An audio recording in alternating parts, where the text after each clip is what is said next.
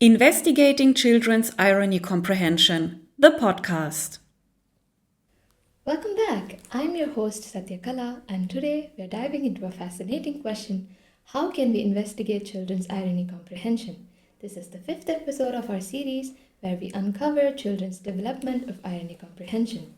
Joining me today is Samin, a dedicated student researcher of irony comprehension. Samin has been exploring the ways we can investigate how children interpret and respond to irony and has some interesting insights to share. Samin, welcome to the show. Thank you, Satya. It's honestly great to be here. Learning about how children grasp irony is such an interesting field. I'm super excited to share what I've learned so far and how we can continue exploring the topic. Before we dive in, let's look at the survey we did to get people's thoughts on measuring irony comprehension. Most respondents believed that letting participants explain ironic remarks is a good approach, followed by using neuroscientific methods like brain scan. Samin, I hear brain scans aren't actually used for this yet. Is that right? That's correct, Satya. While brain scans certainly sound exciting, they're not really used in irony research at the moment. But there are 3 main methods that are currently being used, and explaining ironic remarks belongs to one of them. I'll explain each in more detail as we get deeper into the discussion.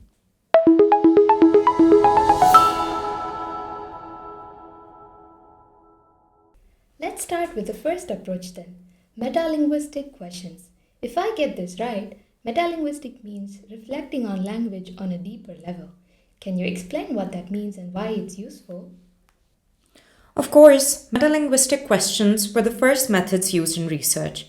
One of the key techniques within the larger category is the verbal judgment paradigm.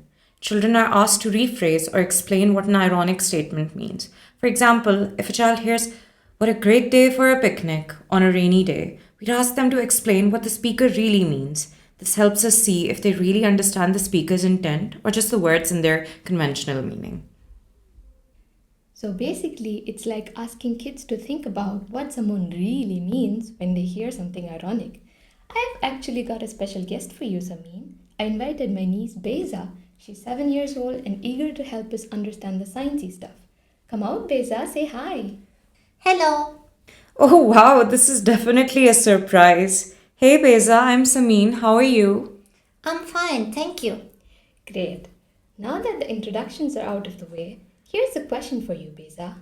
If it's raining outside and someone comes up to you and says, "Oh great, another rainy day for our picnic," what do you think they really mean? I don't think they're super happy about the rain. They want to have fun outside. It's like when mom makes me eat broccoli and I say, "Oh great, broccoli again." That is exactly right, Beza. You understood that a speaker was being sarcastic and expressing disappointment about the rain. I see, that's actually really interesting. So back to you, Samin.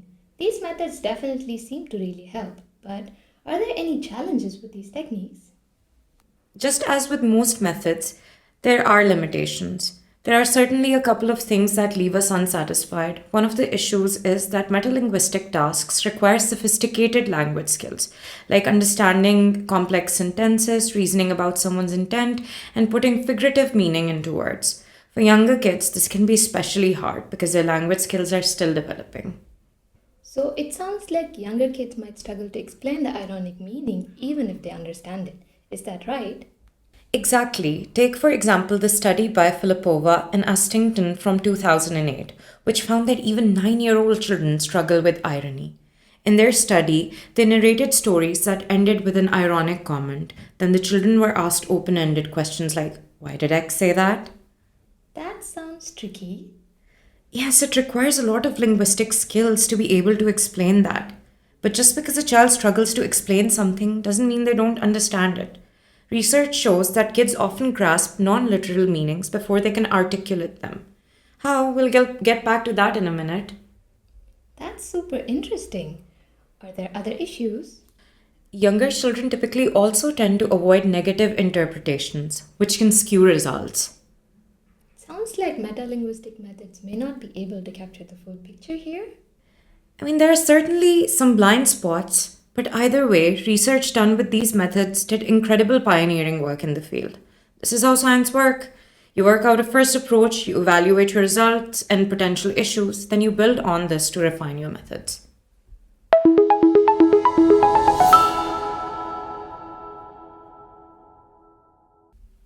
Let's talk about alternative methods. Is there any way we can investigate children's irony comprehension without asking too many questions? There is. Behavioral tasks, like picture selection tasks, are much more accessible for children. These involve simple activities like listening to a picture book story and then making a choice in the end, which feels more natural for kids. Also, children can oftentimes answer non-verbally by pointing or tapping a screen. So these tasks are great for younger children who might not be able to explain themselves. Can you give an example? For example, in a study by Köder and Falkum from 2021, children saw short picture sequences. For example, about a boy named Emil who was asked to clean his room. Depending on what Emil did, his mother responded with literal praise, criticism, or irony. The kids then picked an emoticon, like a happy or angry face, that matched the mood of the mother. So it's less about explaining and more about showing what they interpreted through a choice. Raisa, let's try one of these. I have two pictures here. One is a happy face and the other is a sad face. Ready? Ready. Here's the statement. Wow, you really nailed that test. Imagine the person saying it to someone who failed the test. Which face do you pick? That one. Aren't you a clever little girl?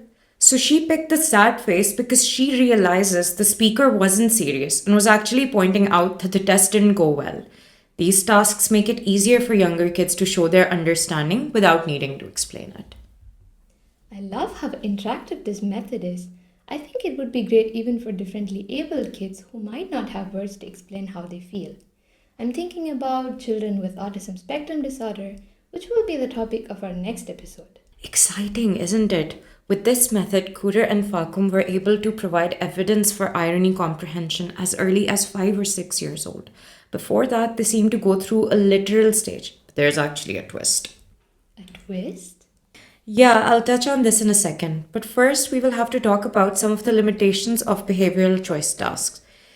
Anna Milosavljevic just recently published a chapter about what she calls the methodological gaze of irony acquisition research. And I will try to break down some of her points concerning behavioral choice tasks. Sure, go on. So one of the issues is that even though the tasks are not very complex from our adult point of view, they actually still demand that children actively remember and reason about a certain narrative, which can be fairly difficult for young children. Then again, even though these tasks mimic their everyday life, like reading time with their parents, the experiments still create an artificial environment. Their responses are not very spontaneous. For example, when they are only given 2 options to choose from at the end of a story, they are forced into a certain way of thinking that might have nothing to do with their actual interpretations while listening to the story. Interesting. I would also guess that older children probably do better with these tasks. That's right, and that doesn't need to be due to differences in comprehension skills. School children, especially, are just more used to these kind of structure activities than preschoolers. That doesn't necessarily mean that preschoolers don't understand irony at all. And this is where we come to the twist. Because Köder and Falkum combined their behavioral choice methods with eye tracking, and with that they were able to show that children between the ages of 3 to 5 actually do in fact not go through a literal stage, as was formerly proposed, but already have a sensitivity for irony early on.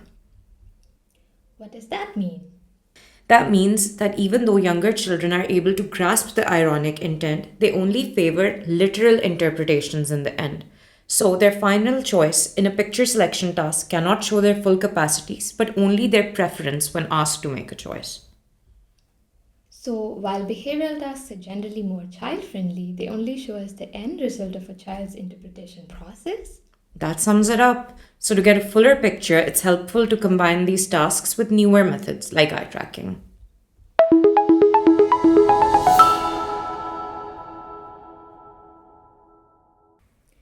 That brings us to our last topic today, eye tracking. You already mentioned it while talking about the study of Köder and Falkum, but what is eye tracking? Eye tracking is pretty straightforward. It is a sensor technology that follows or tracks the movements of the eyes when looking at a screen. We call that an online method in contrast to the offline methods we just talked about. And how can eye tracking help us investigate irony comprehension? Well, eye tracking lets us see what children are focusing on in real time. For example, when kids hear an ironic statement, they might look at an angry emoticon longer even if they don't choose it as their final answer. This shows they're processing the meaning even if they can't express it. That's amazing. So eye tracking helps reveal what's going on in their minds beyond just their answers. Yup. By combining eye tracking with traditional methods, we can better investigate how kids develop irony comprehension skills. Well, I think that wraps up today's episode. We covered a lot of ground from metalinguistic methods to behavioral choice tasks and eye tracking. To get back to where we started, is there any chance that brain scans will be used anytime soon in this research? Not that I know of, but looking at how promising online methods have been shown to be in modern research, who knows? All right.